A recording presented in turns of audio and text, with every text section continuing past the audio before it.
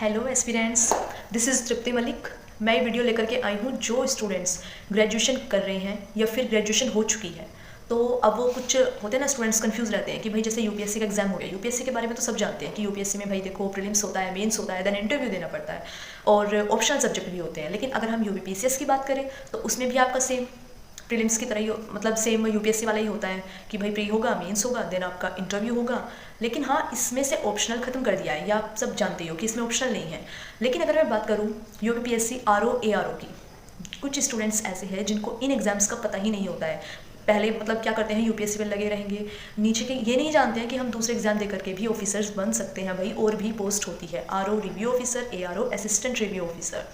कुछ स्टूडेंट्स को इन चीज़ों का मालूम नहीं होता है कि भाई इसका क्या क्राइटेरिया है, इसमें एलिजिबिलिटी क्या चाहिए होगी या फिर क्या सिलेबस है, इस चीज़ का नहीं पता होता है। देखो, इसमें आपका इंटरव्यू नहीं होता है, ठीक है। मैंने ना आपके लिए एक ये ही बिल्कुल इजी वीडियो बनाई है, आपको आसानी से समझ में आ जाएगा कि हाँ इसका सिलेबस क्या है। एक एक चीज़ मैंने बता रखी है और सिलेबस के साथ मैंने इसमें टाइम टेबल भी बताया कि भाई कैसे आप मैनेज कर सकते हो, क्या पूछा जाता है इसमें, कितने मार्क्स के क्वेश्चन होते हैं और कितने क्वेश्चन होते हैं, निगेटिव मार्किंग जो होती है वो कितनी होती है। टोटली मैं आपको इस चीज़ वीडियो में बता दूंगी, आपको एक भी डाउट नहीं रहेगा। अगर कोई डाउट रहता है तो कॉमेंट सेक्शन में पूछ सकते हो।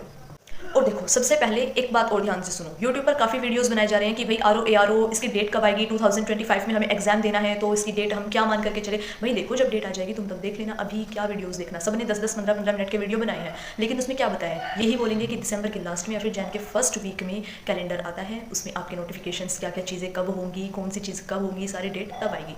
देखो भाई, जैसे कि मैंने बताया, प्रीलिम्स होगा, मेंस होगा, टाइपिंग टेस्ट होगा, नो इंटरव्यू।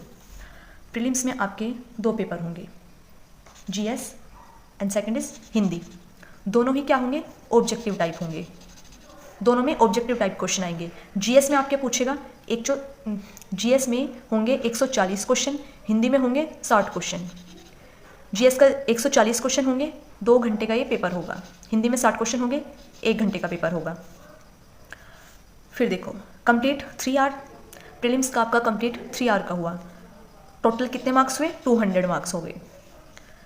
और टारगेट मान करके चलो कि भाई हमें 145 प्लस लेकर ही आनी है। मान के चलो कि भाई हमें टारगेट करना है, भाई 145 प्लस हम लेके चलेंगे। और निगेटिव मार्किंग ये आपकी प्रीलिम्स का समझ आ गया जी। अब अगर हम बात करें मेंस की, आपके भाई इसमें होंगे 3 पेपर।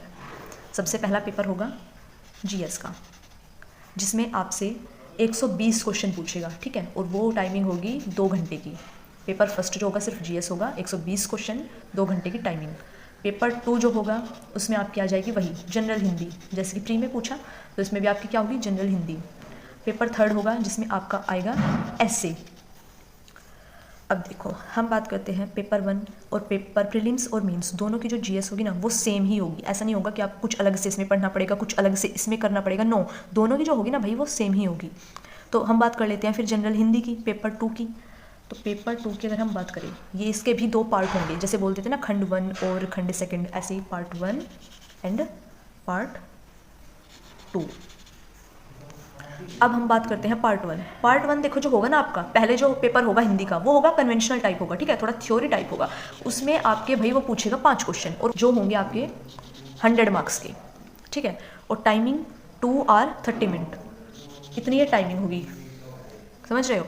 फिर अगर मैं बात करूँ पार्ट 2 की, पार्ट 2 में आपका हिंदी में पूछेगा भाई जनरल वोकेबलरी होगी, लेकिन ये होगा ऑब्जेक्टिव टाइप। ये थ्योरी में नहीं होगा, ये ऑब्जेक्टिव टाइप होगा आपका, जिसमें आपको जनरल वोकेबलरी मैं बताऊंगी सिलेबस में, और ये होगा आपका 60 मार्क्स का, ठीक है। 30 मिनट, आधा घंटा होगा सिर्फ आपके पास इसके लिए। फिर अगर हम बात करें पेपर 3, जैसे कि मैंने बताया एस्से होगा। तो एस्से देखो सब्जेक्टिव आ गया है आपका, इसमें आपके पूछेगा भाई वो 3 निबंध, ठीक है। 3 निबंध आपको इसमें लिखने पड़ेंगे। ये रहा आपका एस्से, जो कि 3 घंटे का ही होगा, ठीक है, 3 घंटे का ये होगा। और 120 नंबर, 120 मार्क्स का होगा हर एक ऐसे। 120 मार्क्स का कैसे होगा, जैसे मैंने आपको बताया कि 3 निबंध वो आपसे इसमें पूछेगा, तीनों निबंध आपको लिखने हैं, तो हर एक निबंध 40 नंबर का होगा, ठीक है। ये चीज़ आपको आई होप अच्छे से समझ में आ गई होगी। मेंस में 3 पेपर होंगे। देखो अभी चल रहा है दिसंबर, ठीक है। अब से अगर तुम अपनी तैयारी शुरू कर देते हो ना, तो ये मान लो इसका एग्ज़ाम अगर अप्रैल में या फिर जून जुलाई कभी भी पड़े, तो आपको अपनी तैयारी ऐसे ही करनी है। डेली का आपको 8 घंटे देने हैं। 8 घंटे से ज़्यादा अगर भाई पढ़ने की इच्छा हो तो भाई पढ़ लो, नो इशू, लेकिन 8 घंटे आपको देने हैं इस एग्ज़ाम के लिए। तो हमने सेशन में डिवाइड कर दिया है, study session 1, study session 2, study session 3। अब देखो भाई, सेशन 1 में आप अपने 4 से 5 घंटे हम रखेंगे जीएस के। जीएस में क्योंकि बहुत थोड़ा वाइड सिलेबस है, इसलिए 4 से 5 घंटे, वो आपकी मर्ज़ी है, खुद आप डिवाइड कर लेना कि भाई हमें 2 घंटे 1 घंटा हिस्ट्री को देना है, या फिर प्रीलिम्स उसको पॉलिटी को देना है, या इको को देना है, कल्चर को देना है। मतलब 4 से 5 घंटे मैंने आपको बता दिए हैं, अपने अकॉर्डिंग आप डिवाइड कर लेना कि जियो कितनी देर पढ़नी है, हिस्ट्री कितनी देर पढ़नी है।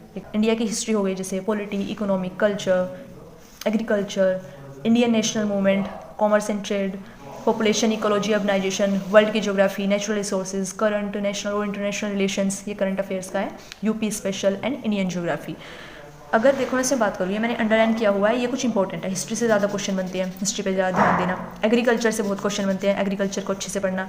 यूपी स्पेशल छोड़ना नहीं है, यूपी स्पेशल से क्वेश्चन उठते हैं, इंडियन ज्योग्राफी से क्वेश्चन उठ जाएंगे, ठीक है। 4 से 5 घंटा हो गया। अब हम बात करते हैं स्टडी सेशन 2 की।